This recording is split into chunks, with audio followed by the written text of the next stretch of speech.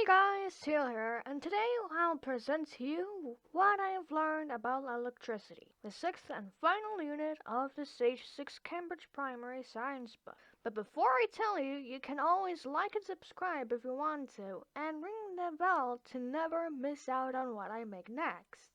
Now let's get into what I have learned. For using electricity safely, I learned that many things can go wrong with electricity. For example, a short circuit or a fire. I've also learned that means electricity is more dangerous due to higher voltage leading to higher risk of safety.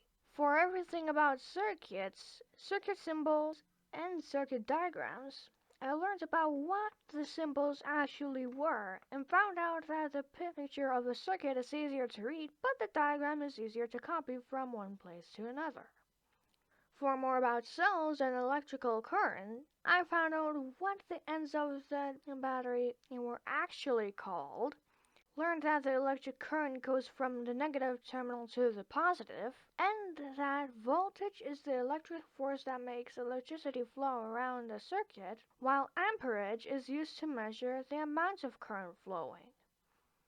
For bridging the gap, investigating the flow, and everything about conductors and insulators, I got the summary that if the material flows electricity well, then it's an electrical conductor. And if it's not, then it's an electrical insulator. I also got the fact that conductive materials are on the inside to help flow the current without exposure, and insulative materials are on the outside to not get yourself shocked. Never really knew that graphite is a conductor of electricity though. I had got the feeling that it was more of an insulator. Not even knew what samarium hexaboride was until finding out that it was both a conductor and an insulator at the same time. Feel free to look that up yourself. But just saying, it's true. For changing wire, I've simply learned that the wire is thicker and the more current it'll flow, and if the wire is longer, then the less current it'll flow. And it's all thanks to several Stage 6 learners in the books. For changing voltage, I suggested some other Stage 6 learners to use batteries of different voltages to suit their needs, and wrote a report on how voltage affects the behavior of components in a circuit. I already knew that two 1.5 volt cells produce the same effect as 3 volt batteries. Why do you have to go full analysis on me, book? Anyways, for more changing circuits, I basically learned that if you put more components, their factor will decrease.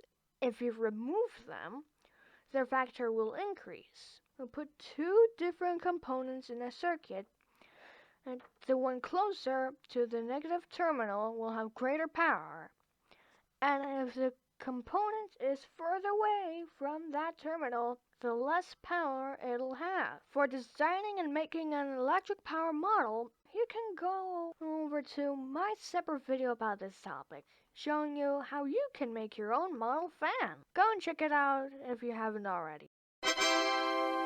For parallel circuits, I learned what a parallel circuit actually was and how it's more efficient for controlling separate components. And in circuits and switches, I thought that there was a way to control separate components in a series circuit, but turns out that it was not the case.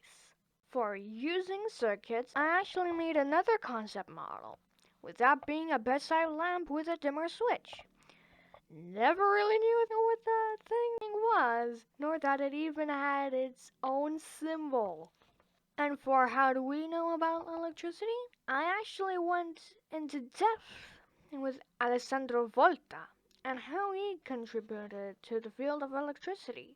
I even gave my mom and dad a quiz to see what they remembered about the info about him. And to end this off with a fun fact, did you know that in the battery's perspective of its circuit, the flow actually goes from its positive terminal to its negative one? Again, feel free to look this up, but it's true. And it's all because of logic. So that's it for today. Make sure to like and subscribe if you want, and I'll see you next time.